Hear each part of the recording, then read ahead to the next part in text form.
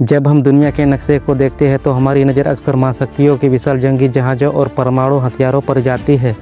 लेकिन क्या आपने कभी उन देशों के बारे में सोचा है जिनकी सेनाएं इतनी छोटी या कमज़ोर है कि अगर कोई युद्ध हो जाए तो उसके सामने अस्तित्व का संकट खड़ा हो जाए। स्वागत है आपका। आज के इस वीडियो में हम बात करने वाले हैं 2026 में दुनिया के 10 सबसे कमज़ोर मिलिट्री फोर्स वाले देशों के बारे में। क्या सेना का कमज़ोर होना किसी भी देश की बर्बादी की निशानी है या फिर इसके पीछे कोई और ही कहानी है।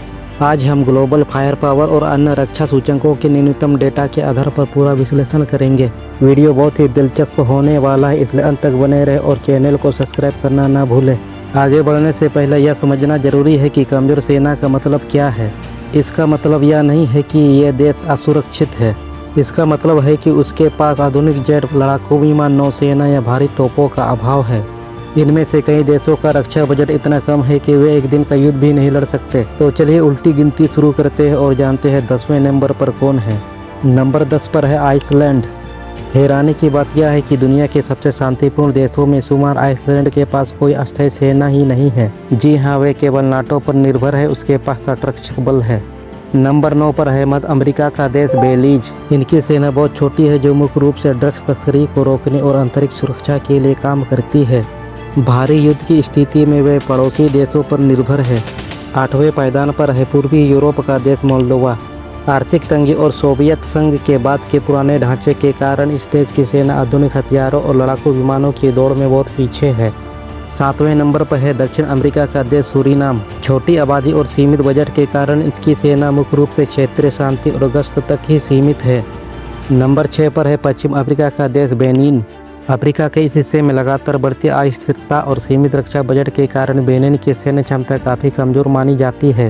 दोस्तों, जैसा कि आप देख रहे हैं, इन देशों की सेनाओं का आकार भले ही छोटा हो, लेकिन इनमें से कई देश दुनिया के सबसे खूबसूरत और शांतिपूर्ण स्थानों में से आते हैं। क्या आपको लगता है कि बड़ी सेना होना आज के समय में विकास की गारंटी है? नीचे कमेंट करके अपनी राय बताइए। और हाँ, अगर आपको यह जानकारी अच्छी लग रही हो तो वीडियो को अभी लाइक करें। नंबर 5 पर है सिएरा लियोन। गृह युद्ध के 10 से उभरने वाले इस अफ्रीकी देश की सेना मुख्य रूप से शांति अभियानों और सीमाओं की हल्की फुल्की निगरानी के लिए सुसज्जित है। चौथे नंबर पर है लाइबेरिया। 2 विनाशकारी गृह युद्ध के बाद लाइबेरिया की सेना को लगभग शून्य से दोबारा बनाना पड़ा। बजट की भारी कमी के कारण इसके पास कोई वायुसेना नहीं है और गिने चुने नौसैनिक जहाज है। इनकी सेना मुख्य रूप से आंतरिक पुलिस व्यवस्था की तरह काम करती है। तीसरे स्थान पर है सोमालिया। दशकों से आंतरिक संघर्ष और विद्रोह झेल रहे इस देश की सेना बहुत ही खंडित है। आतंकवाद से लड़ने के लिए उन्हें अक्सर विदेशी सैनिकों और संयुक्त राष्ट्र UN के समर्थन पर निर्भर रहना पड़ता है। नंबर 2 पर है मध्य अफ्रीकी गणराज्य। सबसे कमज़ोर मिलिट्री पावर इंडेक्स में से एक रहने वाली इस सेना के पास आधुनिक हथियार बिल्कुल नहीं है। देश के अंदरूनी हिस्सों में विद्रोही गुटों का दबदबा होने के कारण सरकार को अपनी संप्रभुता बनाए रखने में भारी संघर्ष करना पड़ता है। और नंबर 1 दुनिया की सबसे कमज़ोर सेना वाले देशों का खिताब जाता है भूटान को। हिमालय की गोद में बसे इस शांतिपूर्ण देश की सेना का आकार बहुत ही छोटा है, लेकिन यह सबसे दिलचस्प बात यह है कि भूटान ने खुद को शांति का देश घोषित कर रखा है और उसकी रक्षा की जिम्मेदारी एक तरफ से भारत के कंधों पर है। उन्हें किसी बाहरी हमले का डर नहीं है क्योंकि वे भारत के साथ घनिष्ठ रक्षा और सुरक्षा संबंध साझा करते हैं।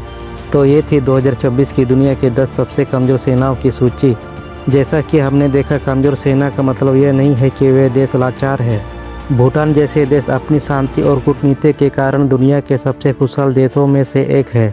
वहीं अफ्रीका के देशों को आंतरिक चुनौतियों से निपटने के लिए अपनी सेनाओं को मजबूत करने की दिशा में अभी लंबा सफर तय करना है। उम्मीद है आपको यह विश्लेषण पसंद आया होगा। इस वीडियो को ज़्यादा से ज़्यादा शेयर करें, हमारे चैनल को सब्सक्राइब करें और बेल आइकन दबाना ना भूलें। मिलते हैं अगली वीडियो में, तब तक के लिए जय हिंद।